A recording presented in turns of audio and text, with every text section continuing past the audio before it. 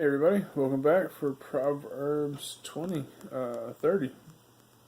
Proverbs 30 verses 1 through 17. I appreciate you being here. So again, we see a change in Proverbs here. So we started off with a letter from Solomon to his sons, and then we followed up with kind of a collection of Solomon's sayings and wisdom. And this chapter and the next chapter are both it's the last two chapters, 30 and 31, but they are both kind of appendices from what I've read. They are not written by Solomon, aren't necessarily said by Solomon, but are other prophets in this time that have been verified and then kind of been put into Proverbs and canonized and everything. So we'll start with verse 1. The words of Agur, son of Jaketh, the oracle, the man declares, I am weary, O God, I am weary, O God, and worn out. So again, we talked about how this is written. This is written by Agur, son of Jaketh, or Jakeh. And so it's not written again by Solomon or anyone necessarily related to him. So we'll pick up with verse 2. Surely I am too stupid to be a man. I have not the understanding of a man. I have not learned wisdom, nor do I have knowledge of the Holy One. So I will pause right there to say that this prophet and what he's claiming here is basically that he has not that he doesn't have any wisdom, that he is simply repeating wisdom that's been given to him, and I think to some extent this is our goal, is just to be repeaters of wisdom. Not obviously we want to take in as much as we can, but there'll come a point where we just can't take in anymore, or even if we're still taking in and learning, it doesn't keep us from being able to repeat it and send it back out. So if there's something that is true wisdom, you can always purvey that before you've fully understood it. Thus, why I'm able to sit here and talk to you. It's not because I have any wisdom of my own, just simply repeating what's in the book. Verse 4. So we've talked about how we've not learned wisdom, nor have I knowledge of the Holy One. And then he continues to talk about God here. Who has ascended to heaven and come down? Who has gathered the wind in his fist? Who has wrapped up the waters in a garment? Who has established all the ends of the earth? What is his name and what is his son's name? Surely you know. So talking about God the Father and God the Son in the human form, Jesus. Has ascended to heaven and come down, has gathered the wind in his fist, has wrapped up the waters in a garment, who has established all the ends of the earth.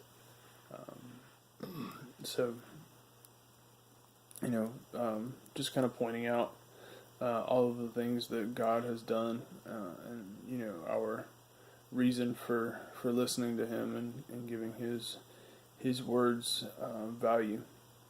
Verse 5 and 6. Every word of God proves true. He is a shield to those who take refuge in him. Do not add to his words, lest he rebuke you and you be found a liar. So every word of God is true. He's only spoken the truth, and that's all he's capable of. And he's a shield to those who take refuge in him. He is a protector to those who go to him for protection. But it does issue a warning in verse 6. Do not add to his words, lest he rebuke you and you be found a liar. So be careful not to attribute any wisdom that you've heard to the Bible without knowing that that's where it's located. Some things, that I've seen kind of blamed in the past is like cleanliness is next to godliness. It's not in the Bible. It's just something that has been said probably in and around church for years, but it's not biblical. And there's some other kind of sayings like that have been attributed to Bible to the Bible and aren't necessarily aren't in there specifically. So we need to be careful not to let those enter our vernacular, but to remove ourselves from that and to check out. When someone says, "Oh, that's in the Bible, but I'm not sure where," go find it. It's worth knowing where it's at and where it's located, and so that you can verify that. Verse 7 through 9. Two things I ask of you, do not deny them to me before I die. Remove far from me falsehood and lying. Give me neither poverty nor riches. Feed me with the food that is needful for me. Lest I be full and deny you and say, Who is the Lord? Or lest I be poor and steal and profane the name of my God. So he's asking for two things. The first one is removing far from me the falsehood and lying. So we need to be careful to remove ourselves from those situations and keep those people away from us. That we don't allow that into our lives. And then the second request he asks is kind of odd, at least in our current day. In time, it says, "Give me neither poverty nor riches," and then he gives a reasoning for that. He says, "Feed me with the food that is needful for me, lest I be full and deny you, and say, Who is the Lord?" So if we gain riches, we gain power and notoriety, we gain the ability to provide for ourselves what we need. We may get to the point, the danger is that we'll get to a point to where God is, or in our mind at least, God is not necessary. And so we run that risk if we get to a point of being able to provide for our own needs in theory in our own power. We may get to a point to where we don't realize our need for God. But then the other side of that coin is, or lest I be poor and steal and profane the name of my God. So being in a poor and desperate situation may lead you to doing, desperate things, which would bring a black eye to the Lord. So obviously we want to avoid that as well. I don't know anyone seeking to be poor. Verse 10, do not slander a servant to his master, lest he curse you, and you be held guilty. So we talked about previously in Proverbs the power of the tongue and how important it is to have control over that. We shouldn't slander anyone. This is saying even, don't even slander a servant to his master, because he may curse you and you would be held guilty for that. So we just need to be careful we need to be careful what we say in general. Verse 11 through 14, there are those who curse their fathers and do not bless their mothers. There are those who are clean in their own eyes and are not washed of their filth. There are those, how lofty their eyes, how high their eyelids lift. There are those whose teeth are swords and whose fangs are knives, to devour the poor from off the earth and the needy from among mankind. So it's just a caricature here of people we want to avoid. Those that curse their fathers and do not bless their mothers. Obviously, we've talked about that several times in Proverbs. We should be a blessing to our parents, and we should continue to love and respect them and not curse them or bring shame upon them. Verse 12, those who are clean in their own eyes but are not washed of their filth. People that think they're doing okay, they're clean, they've taken care of what they need to, but there's still filth that's undealt with. Not that we are to judge them, but that we are to avoid those that haven't dealt with it. Verse 13, those who are lofty, we just need to avoid proud people. Verse 14, those whose teeth are swords, whose fangs are knives, who devour the poor from off the earth and needy from among mankind.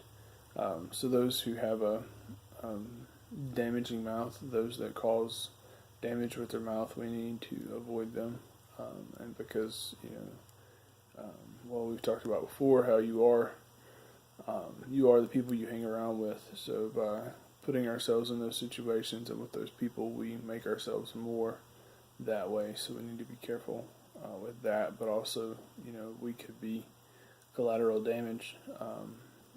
We may be the one ending up being hurt by those who hurt. I mean, if we hang around with people that hurt, that's the risk we run.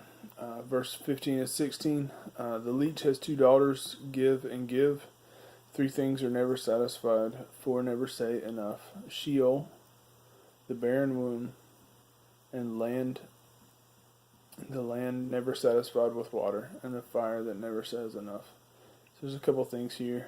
So the first part is the leech, the leech, the bloodsucker, has two daughters, give and give, and so the translation, even in the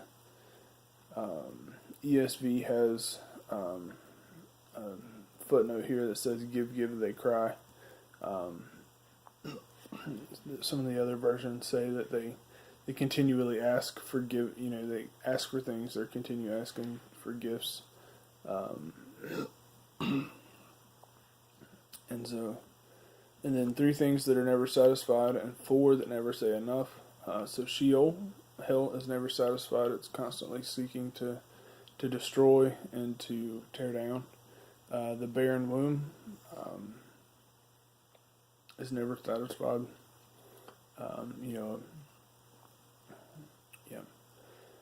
The land that's never satisfied with water. A desert is never satisfied with water. There's never enough. And the fire that never says enough. It just continues to devour and continues to devour. And so, those things are never satisfied. We need to be careful of that. And then real quickly, we'll do verse 17. The eye that mocks the father and scorns to obey a mother will be picked out by the ravens of the valley and eaten by the vultures. So the eye that mocks a father and scorns to obey a mother. So I think in our common vernacular, this would be, an eye roll, a disrespectful motion or connotation to a mother and father. It says it will be picked out by ravens of the valley and eaten by the vultures. So we just need to be careful to continue to honor and respect our parents and love them, and continue to build them up. And we'll pick up tomorrow with verse 18. Thanks for being here. Have a great day.